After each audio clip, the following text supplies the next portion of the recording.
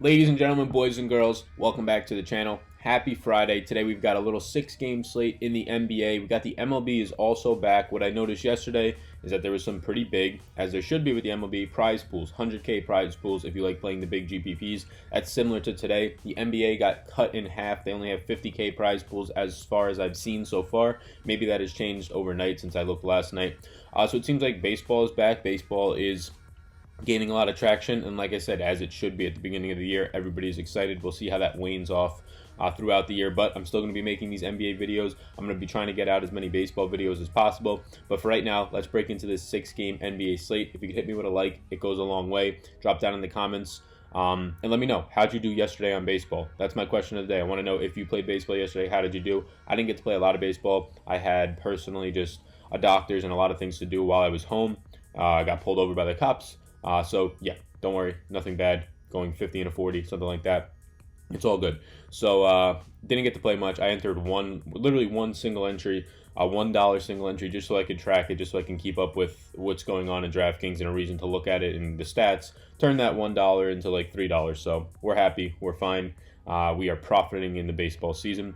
We're also profiting in the NBA season, and I want to help you continue to do that. So one way, just hop into the Discord. It's free. People are already chatting in here. You can see all the different channels lit up right now: MLB, golf, NBA, NHL, NCAA. All the sports that are going on alive and well right now. NASCAR, I'm sure we'll get some chatter as the weekend approaches. The NFL, the sleeping giant, awaits. And if you're interested in projections, you can probably see above my head, I have the NBA projections that I've been doing.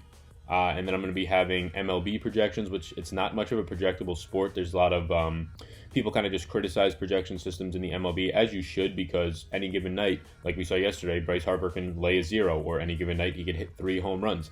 And on a day-by-day basis, it's pretty hard to project. The best hitters in baseball go 3 for 10, right? You get it wrong 7 out of 10 times at best. So they're good as a baseline just to see where value may lie, especially for pitchers. But they're definitely not needed. But I also have a huge stats database in there. I have the target offense sheet. So if you're interested in any of that, you can check it out on Patreon. So let's jump into it without further ado. We'll start it off right now just with the injury dashboard, as we usually do. So today, and actually these are early interest, so we jumped the ship right there. So the injury dashboard, as we always do. Starting off with the Charlotte guys, they're going up against LA tonight. Charlotte needs to win. They're in the 10 seed right now. They're behind the Magic. They're behind the Heat and the Nets. So they're actually very alive and well for their playoff hopes after Jeremy Lamb hitting that buzzer beater, keeping them alive and well. Cody Zeller remains out. You're going to get more Willie Hernan-Gomez going to see 20 minutes. Bismack Biyombo split it up with like 12, and then you're going to get Marvin Williams for like 5. It's just going to be a mess at the center position, which is a shame because you could really take advantage of the Lakers. Nicholas Batum, he's going to be back and probable from an illness. He's usually a guy who plays 35-plus minutes or high 30s on some nights, but Dwayne Bacon has been playing really well. Miles Bridges has been playing really well. In the last 2 games when Batum was in there, he didn't hit 30. So I'm wondering if they're going to slowly eke back his minutes. They do need to get to the playoffs, so it's not like they're eking back his minutes to give the younger guys a shot. The younger guys are just being way more productive. Jeremy Lamb is also probable today, has a good matchup against these Lakers. For the Lakers, Josh Hart's out for the year. He's donezo. That's a bump for Lance Stevenson and Pope, who have already been playing well for the last 3 games, getting the minutes. Al Horford for Boston and Robert Williams are both probable. Horford's the main one, nothing really to worry about here. This was completely expected. Horford's still only 6K. He was 5,800, 5,900 the last 2 times out. This man is being disrespected in his pricing, in my opinion. So 2 doubtful tags here is in Atlanta with Taurean Prince is doubtful. You're going to see now a bunch of guys just get elevated for their minutes. Hoarder is going to get elevated. I imagine that Bembry is going to get a little bit elevated. Kent Bazemore should get elevated. I gave them all little bits of bumps in the projections in terms of their minutes, which then gives their points more. Taj Gibson is doubtful today, so we've been expecting this. We've been seeing this. You get more time for Dario Saric. Anthony Tolliver will see a bump, and those are the main ones. Paul George is questionable today, so this is huge. If Paul George is out in a game that should stay competitive, you're going to get Russell Westbrook all by himself. He hasn't done great the 2 or 3 other times when George was out this year, but I mean, not doing great means he scores 60 points for you, or 65 instead of 80, like you would expect without Paul George, or what people wrongfully expect without Paul George. So I'd keep an eye on that. That's by far the biggest news right now. Trevor Ariza is out. We're going to continue to get guys seeing elevated minutes, whether it's Jabari Parker, whether it's Troy Brown directly starting for him. Troy Brown has been pitiful. He is a rookie, though, so give him a break. Not much effect happens here for me, especially since they're playing Utah. And then for the rest of these Lakers, we touched on Josh Hart. Reggie Bullock is questionable today. Mike Muscala is probable. Muscala doesn't really affect him much. If Reggie Bullock is out, KCP continues to see a big bump into the low to mid 30s in minutes. Tyson Chandler is questionable. He's been playing in the teens in minutes, which has been somewhat of a surprise, not letting the younger guys in Moritz Wagner, Jonathan Williams get some runs. So he's actually a decent effect here. He's the direct backup right now to JaVale McGee at the center position, and Wagner and Williams really aren't getting any minutes the last 2 games there. And LeBron, as of right now, is probable in a matchup that is actually pretty decent for him at only 10-3. And like I've talked about in the past, I don't believe this man has a minutes limit at all. At 10-3, LeBron very easily can pay that tag off and much more if he's going to be playing 34 to 36 minutes on his minutes limit. So that's just the injury news for today. Like I said, just things to monitor. Obviously, all throughout the day, check the injury news, but Paul George is the biggest one. It's going to affect Westbrook. It's going to affect Dennis Schroeder. Schroeder would become one of the best plays on the slate at his price point. Westbrook would become probably the best play on the slate just due to a guy with 30% usage and George now not playing. So that is the injury dashboard. Let us move on now to the target offense sheet. All right, target offense sheet. There's 12 teams on the slate today, 6 games. I love these 6 to 8 game slates. You guys and girls already know that. So let's just start off right away by looking at the best pace spots. That's what I always like to look for in terms of where the fastest games are going to be played. Yesterday, that was that San Antonio game or that Sacramento game. I apologize, and it almost went into overtime if Buddy Hield hits a wide open 3. And in the 555 tournament, if that happens, I probably likely go from doubling my money to potentially playing for 50K and having a real sweat. Only was about 20 points off the lead. Had Buddy Hield, had Marvin Bagley, had Ian Clark, and I had Christian Wood. So 4 guys going into an overtime period. The sweat would have been real, but it didn't. So that's what I'm just saying. Look for those high-paced games. They're bound to be high totals. They're bound to, if they stay competitive, potentially go to overtime with high scores. So today on this slate, it's going to be Atlanta versus Portland. 234.5 total. Atlanta is obviously, we've been seeing it all year. I believe they are the second fastest paced team on the season now. Should be a competitive game with a 3-point spread, which is crazy that Atlanta is going to be competitive with this playoff team in Portland, but they're not the same team. No CJ McCollum, no Yusuf Nurkic. It's going to be all Damian Lillard. And the nice thing is Damian Lillard has probably the best matchup on the slate, which right now he is my favorite pay-up option as long as Paul George is in, which I have Paul George in at the projections. We've been saying it all year. Target Atlanta at the guards. That means that Seth Curry's a nice play as well. That means that Damian Lillard is a fantastic play coming off of one of his worst performances. I don't even know if he scored 10 real points, which would be the first time in however many games. It was a huge streak. Outside of that for Portland, there's going to be a mess between Enes Kanter and Zach Collins. Collins looked great in the last game. Kanter looked very, very mediocre. It was a blowout. Collins got more run. Right now I have it projected that Kanter sees 26 minutes and Collins sees 24, or Kanter sees 25 minutes and Collins sees 23. It's somewhere in there. I have them both playing all the center minutes today. It's a close split, and the price is not as close. I'm more inclined to play Collins if I want to pick one of them in a GPP in terms of ownership. But right now, I don't really feel like I need to go there. The Atlanta side of the ball, I think Trae Young's a fine play at his price point, but I think, again, if I'm paying up for Damian Lillard and I want to get up to other potential spots on the slate, I'm going to avoid it. So right now, it's really just on this slate, Seth Curry and Damian Lillard in this game specifically. If you want to just pick on some other spots, there's a lot of nice pace games. There's only one below the league average. The league average is 102. Pace is just possessions per team per game is what you're seeing. And then I just do an equation to get the actual pace for the game, or at least project it. The next highest pace is going to be the hammer, the Lakers in Charlotte. Like we said, Charlotte's playing for a playoff spot, 104.5 pace, so 2 possessions each more than the league average, a 226 total, second highest total on the slate. And that first one in Atlanta is just a huge total relative to the slate. 8.5 projected points more than any other game on the slate. That is huge. So that's definitely a spot to target, especially on a smaller slate like a 6-game slate. Lakers in Charlotte here. So Lakers are one of the worst rebounding teams on this slate, so that bumps Charlotte, but who are you going to be targeting on the Charlotte side? I don't really want I would actually like Hernan Gomez if I knew he was going to play 24 25 minutes at his price point, but he's more so around the 20-minute range, and that just doesn't get it there for me. Maybe as a punt on FanDuel, but then you're kind of wasting the opportunity cost of that center spot with lots of better plays on this slate, which we'll get to. So Charlotte side of the ball, I mean, Kemba's fine. I think he's 8.5 right now. That's a fine price point. It's a good matchup for him against these guys. If you're not going to be going up to Damian Lillard, I think it's smart to go to Kemba, save those $2,000, and then go up elsewhere.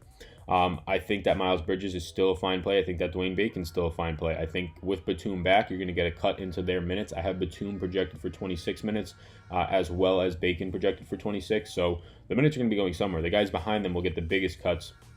I also have Miles Bridges projected for 30 still. Their prices are creeping up, but I think it is fine. Biggest interest is in Kemba, obviously, and then those other guys are secondary options. Lakers side of the ball, I already mentioned that I do like LeBron here. I do like KCP if we get news that Caldwell, or if we get news that Bullock is out. Not dying to play KCP, but he's a cheaper end guy who's going to be seeing low to mid 30s in minutes. And then JaVale McGee's $7,000, and rightfully so. I have him projected for 30 minutes today. I believe 4 out of the last 5 games he's seen at least 30. His minutes have finally stabilized after weeks of going between 18 and 32.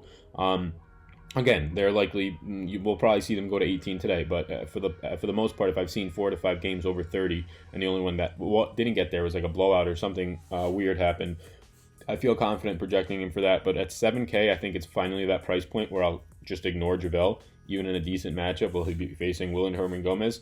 I'll have to see how lineup construction comes, but he's center only, $7,000. I could spend $1,000, not even. I could spend $800 more and get, in my opinion, who is the best center play on the entire slate. And let's move to that game, Utah and Washington. Rudy Gobert is just disrespectfully priced all season long. He's in the Al Horford category on DraftKings. He's in the Andre Drummond category. He's $7,800, I believe. He's going up against Washington, who I just mentioned that the Lakers are a bad rebounding team. Washington is significantly worse, the worst. It's improved since Bobby Portis has come, but it's still very bad. I mean, you can see right here in this column, the league average is 1. Anything below that is below average, and they're below average by 0.3. So a good margin compared to the Lakers, who are bad at rebounding.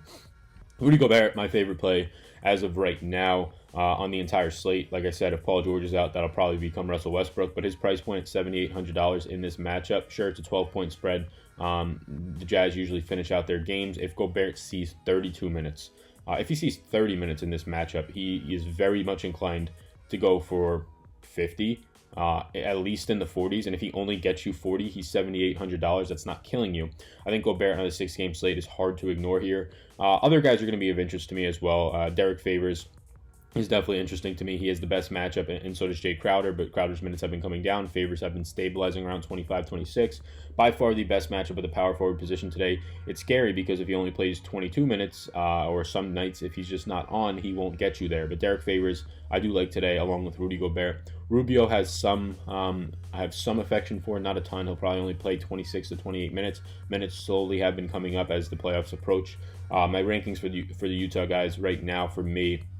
And I guess it's important to also mention Donovan Mitchell's only 8K, but again, I could pay $500 more and get Kemba Walker in a better matchup and a better overall game environment, or I can save $200 and get his teammate across a different position in Gobert. It's tough for me to get to Donovan Mitchell, at least early on. I haven't built a lineup, but it just seems like it will be.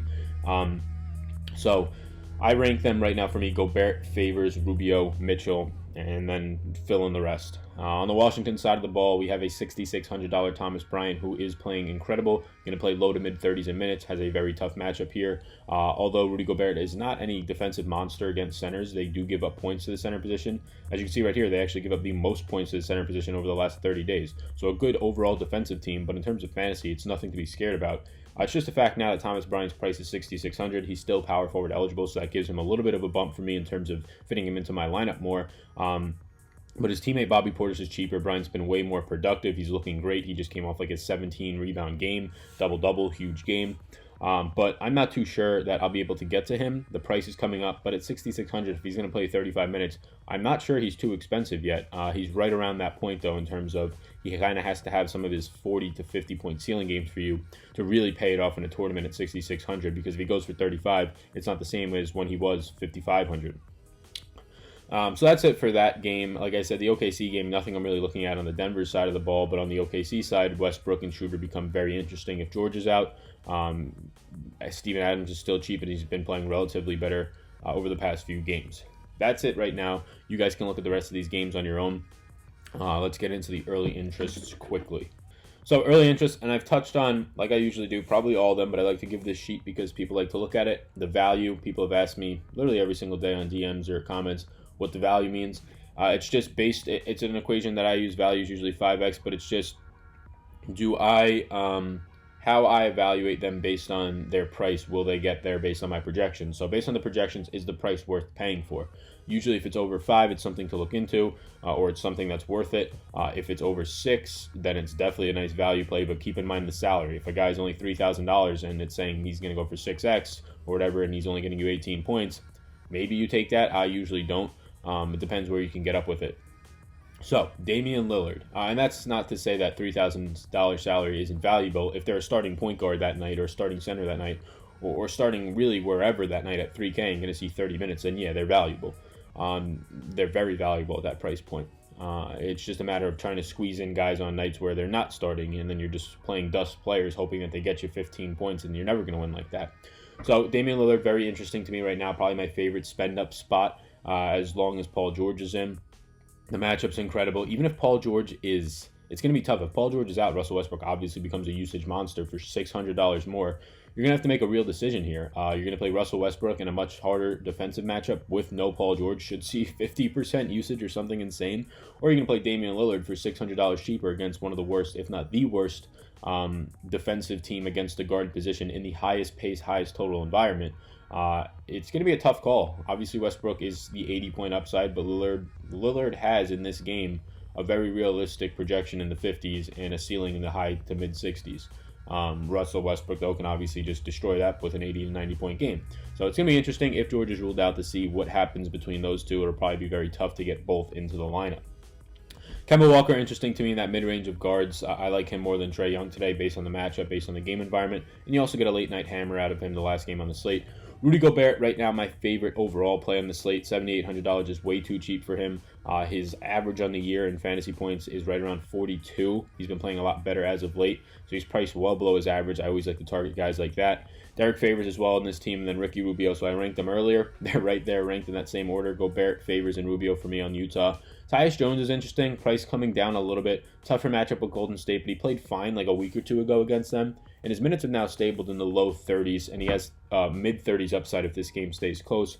Nicholas Batum, so I should probably kind of highlight him with some yellow here because I did this last night and then I looked into it a little bit more, and I've seen the last 2 games his minutes have been coming down while we've had the minutes of Bacon increase and Miles Bridges stabilize around the 30-minute range. So it'll be interesting to see what happens with all these minutes, who will be the direct beneficiary or who will be the most affected with Batum fully back. Does it stay the same? Obviously, Dwayne Bacon is going to see a little bit of a bump down, but how much? So I might hold off on that. But in a late night hammer, I think it's going to be a spot that you have to get right.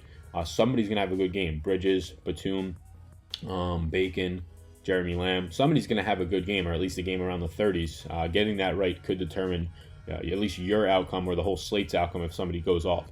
Dario Sargic's $4,700. No Taj today, or at least he's doubtful. 28 to 30 minutes out of Sarge feels good. Not the greatest of matchups, but you're getting a cheaper built-in value. Seth Curry, $4,500, close to that same price point. I'd prefer him against Atlanta. He's seeing high 20s, low 30s in minutes as of late.